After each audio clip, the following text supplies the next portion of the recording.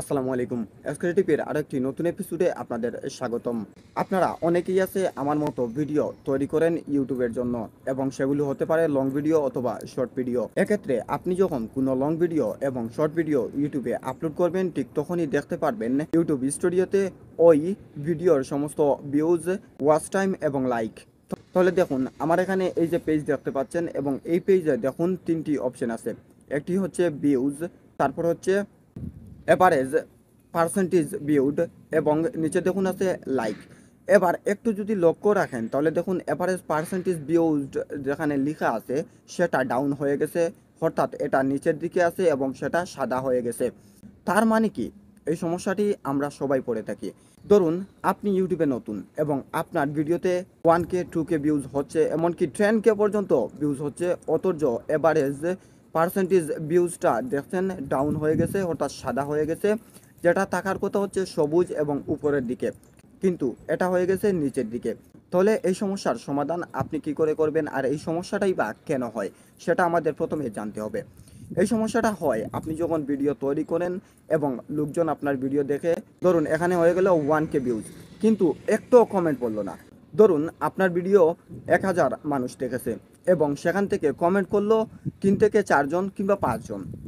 সেই কমেন্টগুলো এমনভাবে করেছে যার কোনো অর্থই হতে পারে না।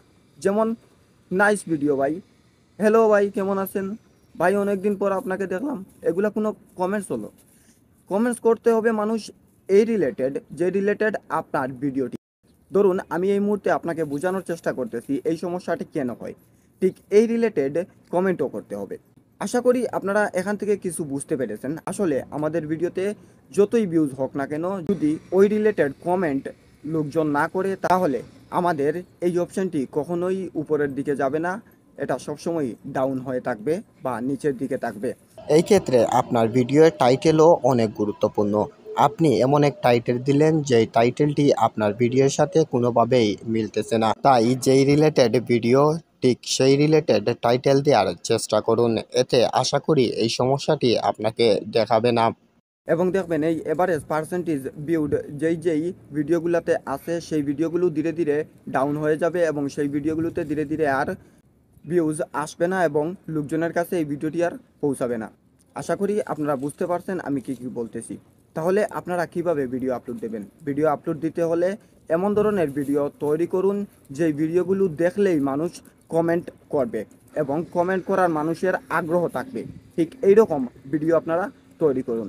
যদি ওই রকম ভিডিও আপনারা তৈরি করেন তাহলে লোকজন ওই ভিডিওগুলো দেখবে এবং সেখানে কমেন্টস করবে, আর আপনার এই ভিডিওগুলোতে কখনোই এভারেজ পার্সেন্টেজ ভিউজটা ডাউন হবে না এবং আপনার ভিডিও ভাইরাল হবে। সবাই ভালো থাকবেন, সুস্থ থাকবেন। দেখা হচ্ছে এসকে টিভির নতুন কোনো এপিসোডে আপনাদের সাথে। আর হ্যাঁ, অবশ্যই আমাদের চ্যানেলটি সাবস্ক্রাইব করে রাখুন এবং আমাদের ফেসবুক পেজটি ফলো করে রাখুন।